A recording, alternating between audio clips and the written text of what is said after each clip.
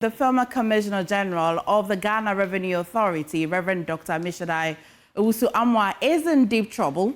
He has been found guilty of procurement breaches and corruption-related offences that cost the state a financial loss of almost 9 million cedis by the Commission of Human Rights and Administrative Justice, CHRAJ.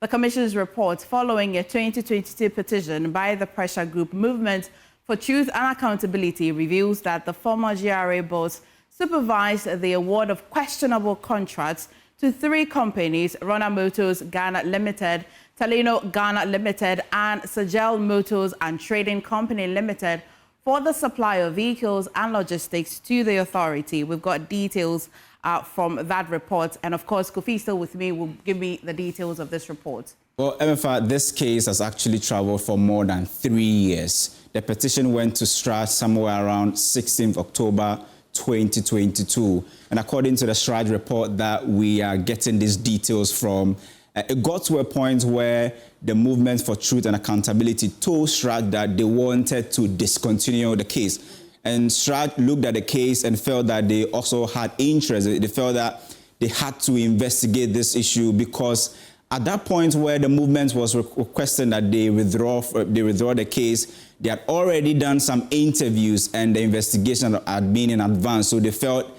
they had to go ahead.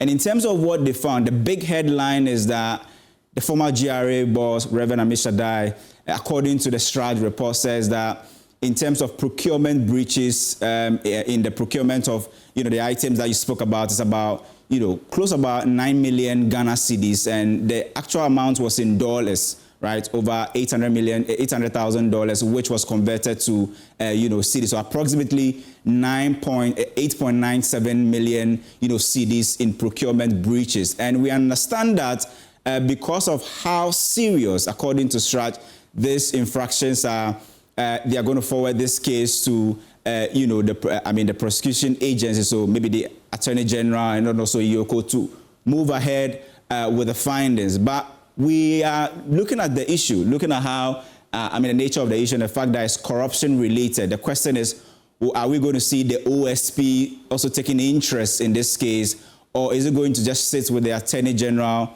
for prosecution? But it looks like CHRAJ has taken some time, close about more than 3 years. So 3 years and about 20 or, I think about 3 months or so to actually come to this conclusion. And so the next step, according to that CHRAJ report, is prosecution. And that big headline figure is the fact that they believe that because of the procurement breaches, Reverend Ammishaddai has actually caused financial loss to the state to the tune of approximately about 9 million Ghana cedis. And a quote in that report suggests that because he sits at the top of the hems of affairs, he definitely cannot be separated. Exactly, and there was one big question of whether there was a direct personal, benefit. CHRAJ didn't really go direct on that, but just like you said, because they believe he was at the helm of affairs, he cannot take himself out of this, equation as far as this procurement breaches are actually concerned.